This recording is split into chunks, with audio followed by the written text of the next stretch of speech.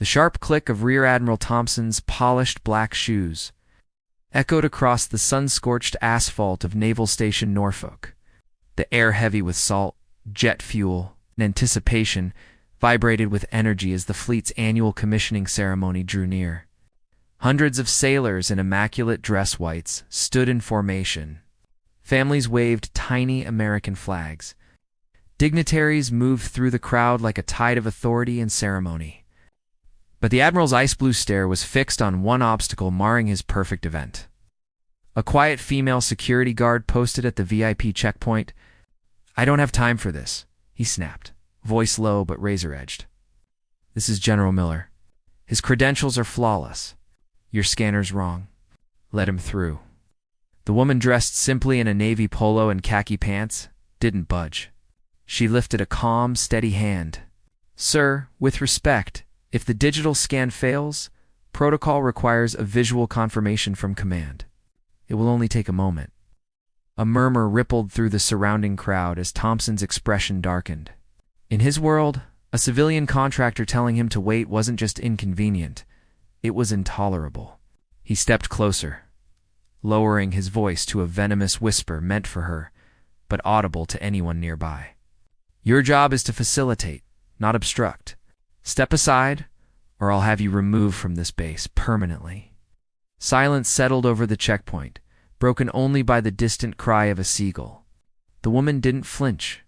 She simply waited for the confirmation to come through her earpiece. Before we continue, make sure you subscribe to Military and Veteran Stories so you never miss these powerful real-life moments. And tell us in the comments, where are you watching from? Her name was Evelyn Reed, though most people called her Evie. At 42, she blended into the base's daily rhythm like another quiet piece of the machinery. Average height, steady hazel eyes, brown hair always pulled into a neat bun. She was the type of person people overlooked without realizing it. She spoke only when necessary, moved with economical precision, carried herself with a stillness her younger coworkers often mistook for shyness. In a world of strict ranks and shining uniforms, she had none. A civilian, unseen, forgettable till someone tried to push past procedure. Some sailors whispered that she was intense. Others said she was lonely. Many dismissed her as meek, pointing out her subtle limp during long patrols, or her preference for quiet lunches alone. A sandwich, an apple, and a weathered paperback with its cover worn away. On her wrist, she wore a single, tarnished silver bracelet, her only hint of a life beyond the base. No one ever asked about it. But beneath her modest exterior was iron discipline and a depth of experience no one recognized. She was soft-spoken, yet firm, reserved, yet constantly observant.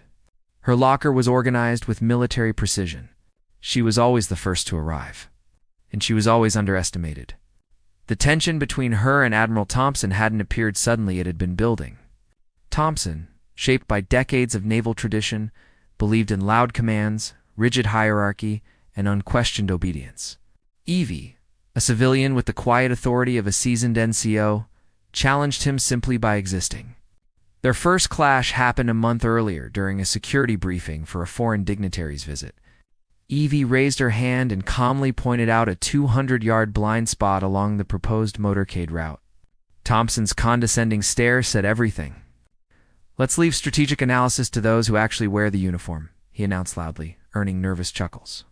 Evie said nothing. Later, the security chief secretly adjusted the route, proving her right. The second incident was more personal. During his daily 5-mile run, Thompson spotted her inspecting a section of fence near the back gate. "The wire here shows corrosion," she said when he approached. "The ground is softer too. Could be a breach point." "The fence is fine," he snapped, jogging away. The next day, maintenance quietly repaired the exact spot she'd identified. His resentment only grew, which brought them to the commissioning ceremony, the perfect stage for his long-simmering disdain. Once the general's credentials were confirmed, proving Evie right, Thompson felt publicly embarrassed, and he wanted her to pay for it. When a group of Navy SEALs arrived late, the Admiral marched straight toward her. Evie was directing foot traffic away from the VIP area when he stepped in front of her, blocking her path. "I thought I made myself clear," he said, voice low and dangerous. "You are a civilian. Temporary. You don't have the authority to delay a 2-star general. And you certainly don't have authority on my pier," whisper spread through the crowd as families and sailors watched. Evie's expression didn't change. "My apologies, Admiral. I was clearing the route for the honor guard." Her calmness only fueled his anger. "I want you off this pier. Report to your supervisor and tell him you've been removed from duty. Now." He wasn't just reprimanding her. He was firing her in front of hundreds of people. Evie turned to go. A gust of harbor wind lifted the sleeve of her polo, exposing her forearm for the briefest moment. Those close enough to see froze. A jagged, thick scar snaked up her arm, a lattice of damaged, burn-scarred skin that spoke of violence, fire, and survival far beyond anything a civilian contractor's job could explain. And in that instant, the story of quiet, invisible Evelyn Reed suddenly became far more complicated. It wasn't the clean, deliberate line of a surgical scar. It was jagged, chaotic, born from shrapnel, a blast, or a high-impact strike. A nearby chief petty officer, a man who'd treated more than a few battlefield wounds in Fallujah, recognized it instantly. His brow furrowed. That wasn't from a kitchen mishap. Evie tugged her sleeve back down with practiced ease. But the image was burned into the minds of everyone who'd seen it. As she began the long walk away from the VIP area, her dismissal still hanging in the air, she kept her chin lifted, her posture steady, revealing none of the humiliation she must have felt. Passing a Marine gunnery sergeant near the ceremonial stage, her collar shifted. For a heartbeat, he glimpsed a tattoo on her upper back to sharp, angled black lines, the unmistakable tips of a raptor's talons. Not a flower, not a quote, a Predator S mark, a symbol tied to elite aviation units. He knew the design. He'd seen it before. But why would a civilian security guard be wearing it? Meanwhile, the late-arriving Navy SEALs were being checked in. Their officer, a tall lieutenant commander with the quiet, focused presence of a career warrior, watched Evie walk away. He noticed the Admiral's smug expression, the sympathetic looks from the crowd, but his attention remained fixed on her. He studied her gait, the disciplined precision of her movements, the straightness of her back. Even with a slight limp, she carried herself with the unmistakable bearing of someone who had lived in high-stress, high-stakes environments. Recognition sparked. He leaned toward his Master Chief, a battle-scarred veteran with a chest full of decorations. "Chief," he murmured, "look at that woman, the one the Admiral just kicked out." "Yeah, really look at her. Tell me if you've ever seen her before." The Master Chief squinted, then shook his head. But the commander didn't look away. His voice dropped to a whisper, a single name filled with disbelief. "Wraith." Just as Evelyn Reed reached the last row of spectators, a shriek of metal tore through the air. A massive lighting rig on a mobile lift near the stage suffered a catastrophic hydraulic failure. The entire multi-ton structure pitched forward, its fall cutting a deadly arc toward bleachers packed with sailors, families, children. Panic detonated. Screams rose. People scrambled. Even Admiral Thompson froze, unable to process the unfolding disaster. In that fraction of a second, Evelyn Reed changed. The timid contractor vanished. A commander emerged. Her voice, no longer quiet, erupted with the force of a fighter jet thunderclap. "Brace and cover." The order sliced through the chaos with absolute authority. She moved instantly. The limp disappeared. Her stride became sharp, deliberate, ruthlessly efficient. She didn't run from the danger, she ran parallel to it, eyes tracking the falling rig with the spatial instinct of a trained aviator, VIPs against the bulkhead. "Stage right," she barked, directing them toward the steel hull of a nearby ship. Two terrified young sailors stood frozen. "You two, get the children out maintenance corridor now." She pointed to an access path no one else had even noticed, snapped from their shock by the sheer command in her voice. The sailors obeyed, ushering families to safety. The rig slammed into the bleachers with a deafening crash. Metal arms crushed empty seats, exactly where she'd predicted seconds after the last family cleared out. Silence rippled across the pier. Everyone, junior sailors, officers, even Thompson, stared at her in stunned disbelief. The woman he'd just fired as a rental cop had taken control of a mass casualty crisis, executed the evacuation, and saved dozens of lives in under 5 seconds. She radiated tactical precision and calm under pressure that seasoned officers spend decades trying to master. The SEALs halted mid-stride, watching her, not as a contractor, as a fellow operator. The lieutenant commander's suspicions solidified. He knew exactly who she was. When the chaos settled and first responders moved in, he strode across the pier without hesitation. His team followed, falling naturally into formation behind him. He stopped 3 feet from her, studying her posture, her focus, the scar on her arm now fully visible.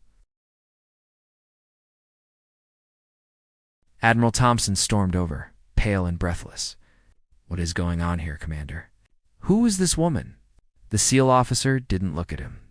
When he finally spoke, his voice was low, reverent, and unmistakably corrective. "Admiral, you know her name. You just don't know what she is." He turned slightly toward Thompson. "Sir, with respect, you are speaking to Major Evelyn Reed, United States Air Force retired." A ripple of shock spread through the crowd. "An Air Force major? Here, working security?" The commander let the weight settle. Then he delivered the final truth. "Her call sign," he said, looking directly at Evie, voice dropping to a hush, "is Wraith." Gasps, whispers, disbelief. To the aviators and special operators present, the name was legendary. Wraith wasn't just a pilot, she was the pilot.